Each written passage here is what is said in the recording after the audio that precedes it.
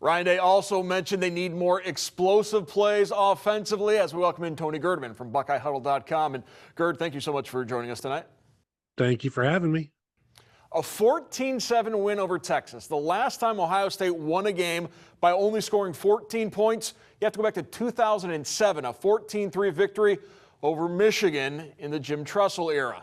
We didn't see the offense that we maybe were expecting against the Longhorns, but we saw enough offense for them to get the victory.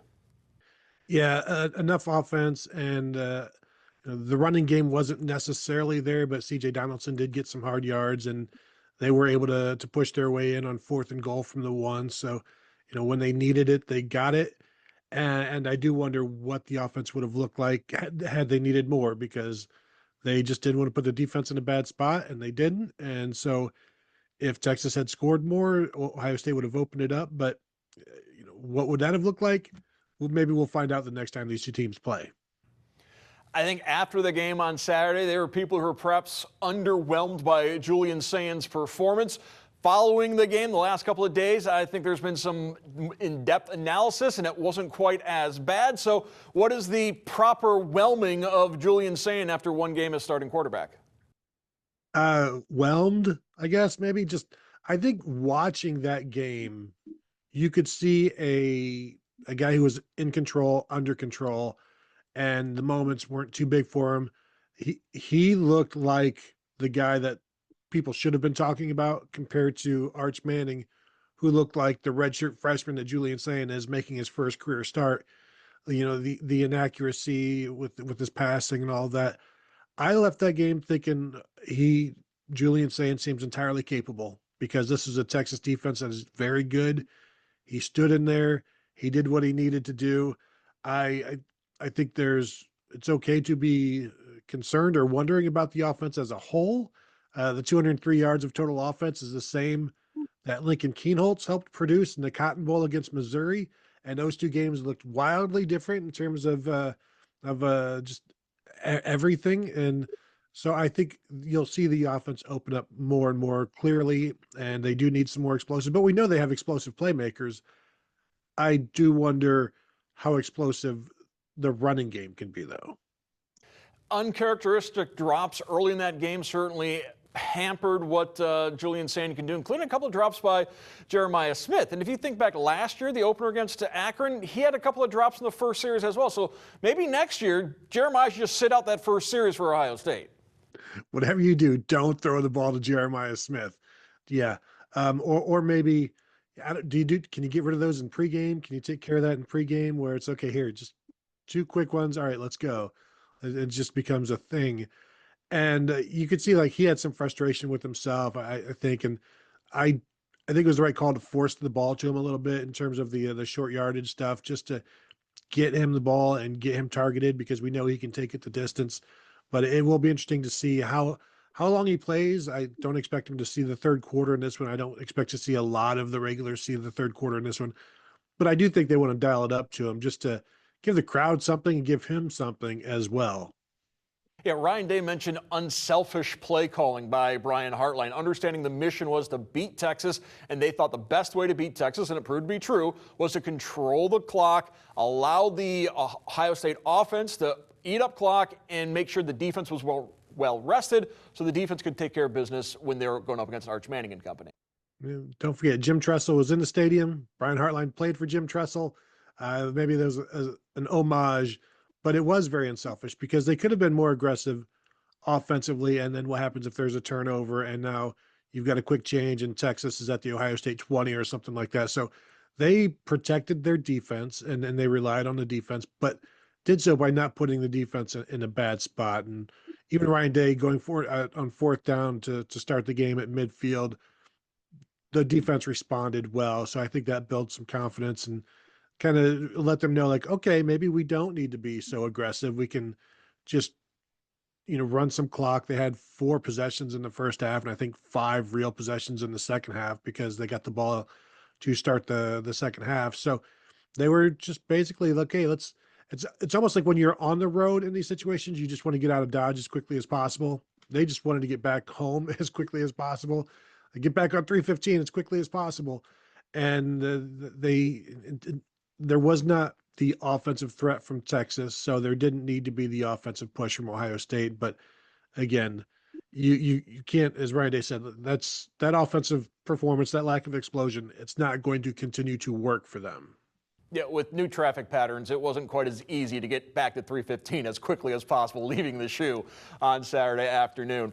Call it complimentary football, call it unselfish football. We saw the same thing from the defense, particularly the defensive line. Now, they didn't get a whole lot of pressure on Arch Manning, but Ryan Day talked about how they didn't allow any wide open rushing lanes, that the defensive line played unselfish, stuck to their assignments, and they were able to contain Texas and the Texas rushing attack that way.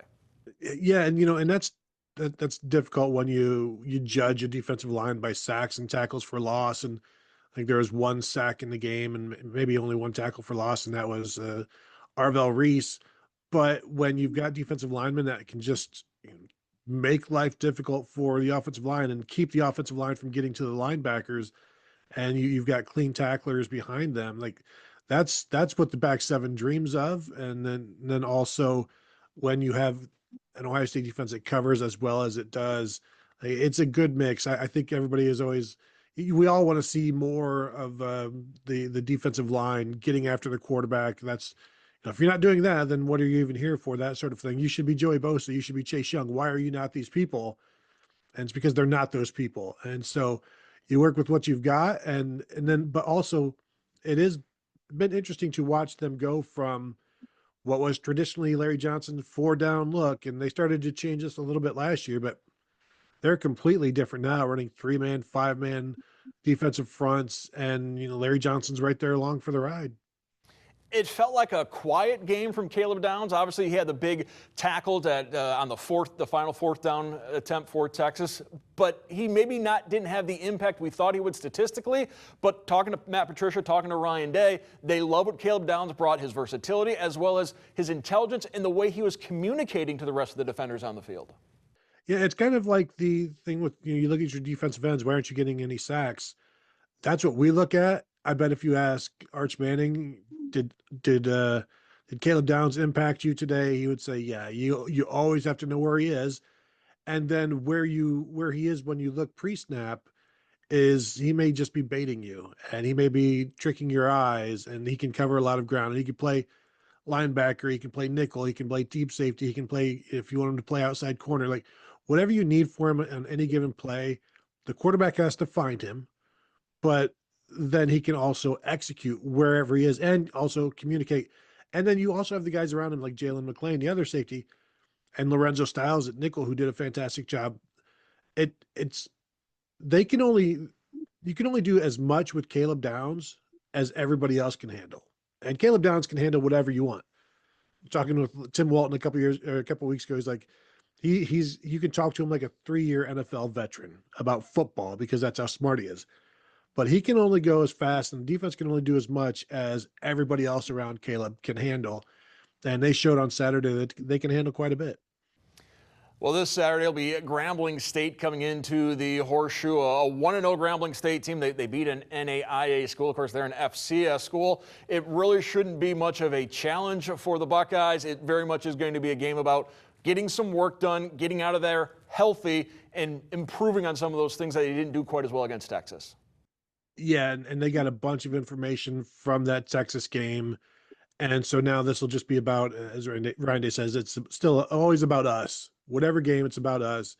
And you're going to want to see those guys, your guys execute. The starters, they're not going to play much, but when they're in them, you want to see that competitive excellence that he always talks about, where it doesn't matter who you're playing. Are you doing your job? Are you grading out a champion? Are you executing like you need to? It doesn't matter that this is Grambling. They're going to be grading it just as hard as they would if this was Michigan. So you got to do your job. And then the guys that come in behind him, this is going to be kind of like a spring game, basically.